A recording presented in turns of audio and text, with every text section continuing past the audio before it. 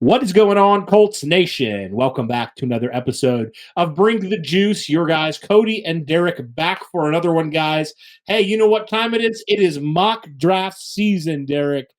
It is time here with still months and months to go to talk about the NFL draft for the Indianapolis Colts. And Derek, right around this time of year last year, we started our mock draft. So in this episode, guys, we are going to look at Derek's mock draft 1.0 for the Indianapolis Colts full 7-round mock draft. So without further ado, Derek, I'll let you take it away, man. This is your show. Go for it. All right, sounds good. First pick, number 15, right? Everybody's wanting to know, what does Indianapolis do with that first pick in the draft with their selection? I'll tell you what, Cody, outside of, I don't know, maybe outside of Brock Bowers, I think there's very few instances where I would want Indy to go offense, just because I know I was on the Rome Odunze train for the longest time, and I still kind of am, but I find it a little bit more difficult to kind of hit on that moment right now. So I think for defense, I am leaning more towards the secondary in the first round, because in that second round, I think you could get a worthy adversary that can still be good to your offense. So with this first pick, number 15 overall, I have the Indianapolis Colts selecting Nate Wiggins, cornerback out of Clemson. Nate Wiggins, who has one of the best builds and best draft profiles when it comes to cornerbacks. It's mainly just been the topic of who gets first cornerback overall in the draft, really. It's either between Nate Wiggins and Kool-Aid McKinstry and Cooper DeJean. You know, those three guys are all fighting for who it deserves to be the number one corner taken in this draft. Well, I have Indianapolis selecting him here. Those physical traits, just something you can't teach.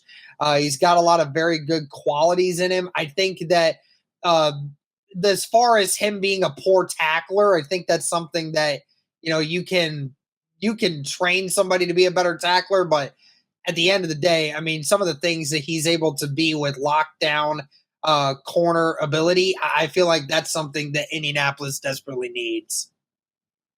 Sure. That makes sense. I guess for me, again, this is just my personal preference. Maybe I don't put as high of a priority on corner as probably you do, just because I look at the roster right now. You're getting back Dallas Flowers. You still have two young guys, Jalen Jones and obviously Juju Brents as well. You have Kenny Moore, who you presume is going to come back. So I guess for me, I'm a little surprised that you decided to go corner so early, just because of the other positions of need as well. Pass rush, wide receiver, whatever it would be, even safety I don't know how many safeties are available here, but if you went like a guy like Cooper DeJean, who could play some safety as well. So again, I like the pick. I like Nate Wiggins as a player. But do you think 15 is a little rich for him? I mean, for a guy that I think some people have projected as a late first, potentially second round pick type of guy?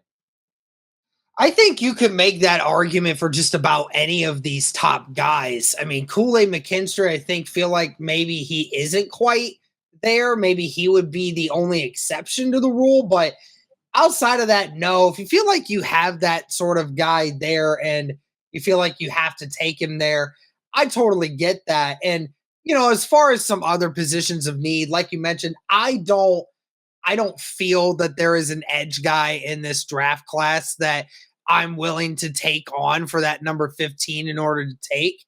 So that's just my personal opinion on the matter. And of course, guys, remember, this is mock draft 1.0. Okay. Senior Bowl is currently in place. We're talking about, we haven't even had the combine yet for this. So give me a little bit of time as well to go after some more of these reasonings. But I'm going to go with Nate Wiggins, number 1 there at 15. We can move on to the second round pick that we have. Our second pick here, a name that I think a lot of Colts fans have actually had mocked to Indy in the second round. A lot of people really like this name. So with that 46 overall pick, I have Indy selecting Xavier Worthy, the wide receiver out of Texas. Xavier Worthy, who was one of the top wide receivers in the nation this last year. He's a guy that, Cody, can play the outside. He can play the inside. He's got the size and the build and the makeup to be able to play anywhere on the football field. He has just he has a really good physical tree, and he's really great with yards after the catch. And that is something that Indy desperately needs from a wide receiver is yards after catch. We believe Josh Downs has that going forward, but as far as what Xavier Worthy can do, I look at him as just another Josh Downs, but just with a little bit bigger build. And that's, I think, another great weapon that Indy can have. And if you got Xavier Worthy, Josh Downs, Alec Pierce, and Michael Pittman out there, I feel very confident in this wide receiver tree moving forward. Yeah, Xavier Worthy, you mentioned it. I mean, you look at Xavier Worthy, not the biggest guy in the world. So I do think, Derek, he is more of kind of that spark plug type of wide receiver. He's a guy that, like you said, yards after the catch. That's something that the Colts, has struggled to do with their wide receivers. The big wide receivers, Alec Pierce, Michael Pittman Jr., guys that have in their first couple of years, they've struggled with that, separation thing. And so, getting a guy like that, I think in the second round, a guy that, just when you get the ball in his hands, he can be electric with it. I love that. I love just getting a guy like that. And obviously, the physical tools that he has as well. So, yeah, definitely don't hate getting another weapon, just getting more guys. That's something that Ballard mentioned, Derek, right? Was, you need more guys to stretch the field. You need more guys to, push the ball down the field, more explosion. And Xavier Worthy definitely is a guy that would bring some explosion to this Colts offense, no doubt in my mind. Absolutely. We can go ahead and move on here to next couple set of guys here. I decided to go back to the defensive side of things here and went ahead and selected McKinley Jackson, a defensive tackle out of Texas A&M.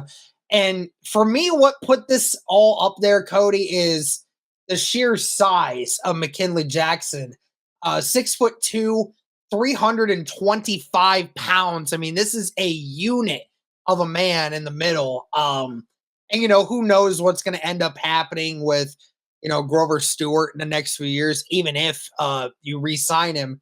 At the end of the day, we've been still looking for a guy that when Grover Stewart's not in there, can you find another guy that could be a run stopper?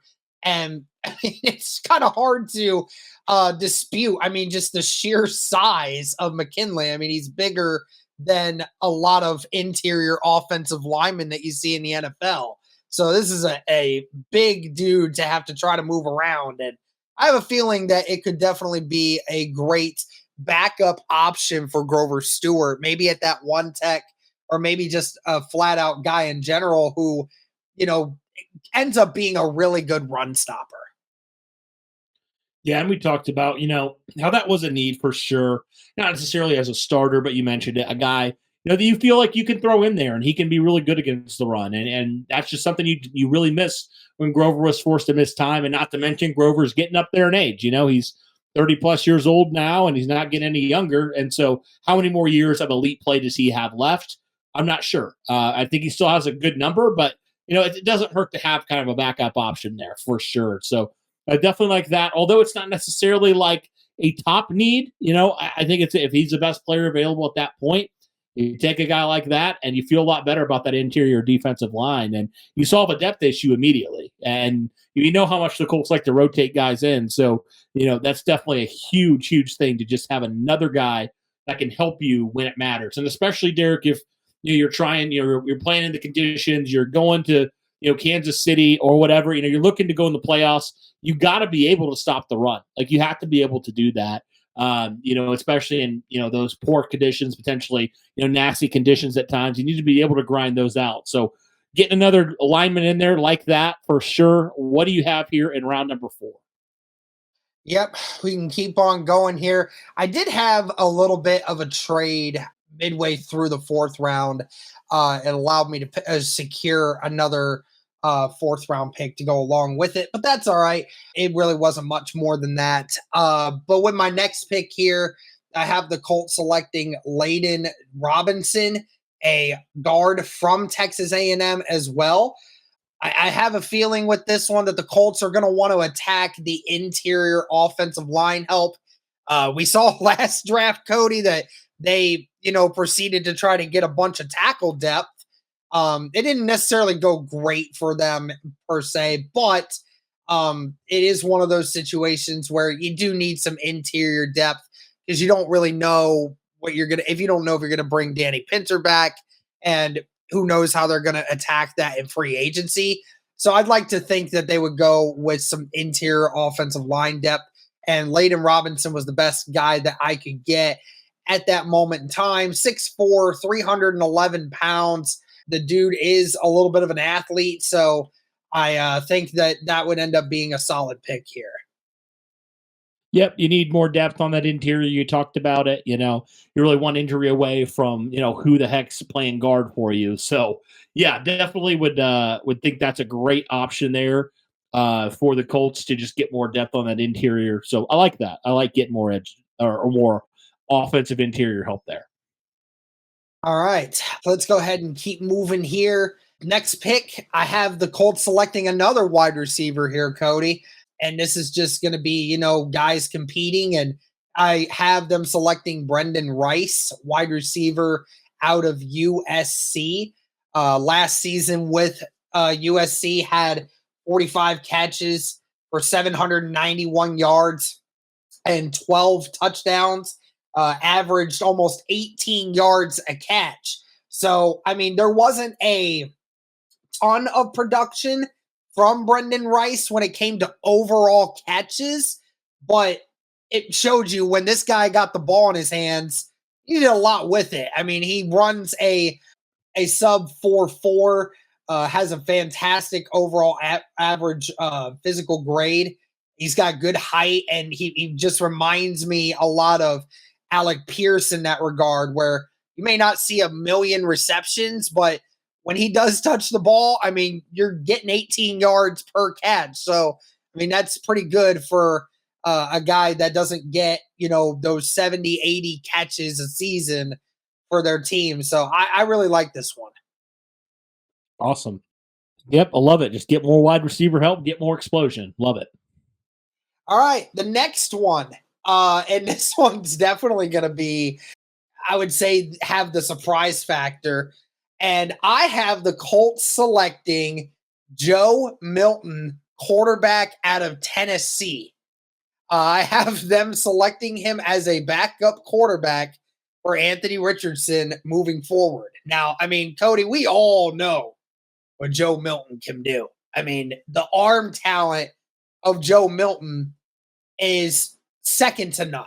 I mean, we talked about Anthony Richardson's arm talent. This is a guy that might have more arm talent than Anthony Richardson. I mean, from a pure overall raw strength in throwing the football, I mean, this was a guy that I think they said Cody was like in his first year in Tennessee could throw the football over 80 yards. I mean, this is a guy that is just got unbelievable traits. He's got amazing zip on the ball. And he's an overall solid athlete, too. Nowhere near the athlete that Richardson is, but overall can use his legs if need be. So, like I said, Cody, I've been a big proponent of Indy getting a backup quarterback through the draft. I don't think they're going to bring Minshew back. I think that I would rather just take my chances on a young quarterback with a similar skill set to Anthony Richardson and just kind of roll with the punches there and just kind of develop him along with Richardson. So I give me Joe Milton here. Okay. You're betting on those physical traits and Shane Steichen to be able to develop them. I love that. Yep. I'm all for it, man. Just give him as much talent as you can and just let him go to work, man. So, yep. Great to see that. All right. Do you have what I'm sorry, I lost track there. What round were you in there? We were in round, it looked to be round 5 at that moment. Okay. And then we had 2 more picks here, one in round 6 and one in round 7 to round it off. All right, let's do it. I got one more Texas A&M player coming at you here, and that is Damani Richardson, safety out of Texas A&M. I mean, again, the Indianapolis Colts taking the chances on the Texas A&M guys. They took a chance on a Jalen Jones from that university, and it worked out relatively well for them. I just think, again, overall traits, and he has a solid. He has really solid measurables. He has pretty good shuttle. The 40 time isn't amazing, but it's certainly far from bad. So, I mean, looking at just overall, top safeties, he will not be one of the top safeties, but I do think that there's something there that Richardson could end up helping the Colts in the safety group long term. Yep, you need some more depth at safety. So, yep, love that. All right, last pick here. Last pick, and that is Kendall Milton from Georgia, a running back. Again, that's presuming we do not get Zach Moss back. There's not a lot of opportunities out there. You're going to have Jonathan Taylor. You're going to have Evan Hall in there that we know Indy is going to utilize in the offseason when he gets back to being healthy. That third running back spot, it's up for grabs, man. I know Trey Sermon has kind of been there a little bit, and Indy interchanges these a lot, but there's always that room for opportunity with Kendall Milton, who has a really solid foundation. He can do a little bit of everything, so it wouldn't put it past Ballard to try and get another late round running back to try to fit into the scheme. Sweet, man. All right. So recap here. Talk to me about each pick again one more time for everybody. Yeah, so I mean, obviously talking about Nate Wiggins, talking about, a couple of these guys and Xavier Worthy. We're mainly going for the traits here. It's always been a Ballard talk with traits. Nate Wiggins with that physical body, just lockdown mentality. Xavier Worthy, has those has the physicality and just has those numbers that you look for in measurables, and just looking at speed and agility and everything else that gets you open. And then going off of, like I said, with some of these Texas A&M guys that you get, it's measurables. Again, just getting big body defensive linemen, getting that interior offensive line depth. You want to get Brendan Rice, who has that big playability. He's shown that at USC. Joe Milton, another one, like I said, I mean, a lot of Colts fans love Joe Milton. I mean, just besides the fact that it's the Tennessee quarterback story. Everybody loves that. But of course, like I said, the arm talent is just, it's there. And then when you're going off of some of these last picks, it's again, guys who have decent measurables and guys who have good physical attributes. And it's just about filling out for depth. And that's really what a lot of the draft picks was just about trying to fill out depth. But in the beginning stages was trying to find places of guys that were going to get that free time right off the bat. But those last few picks, I mean, that's just more for depth and for helping to build this roster moving forward. So feel confident in the picks that we had there. Awesome.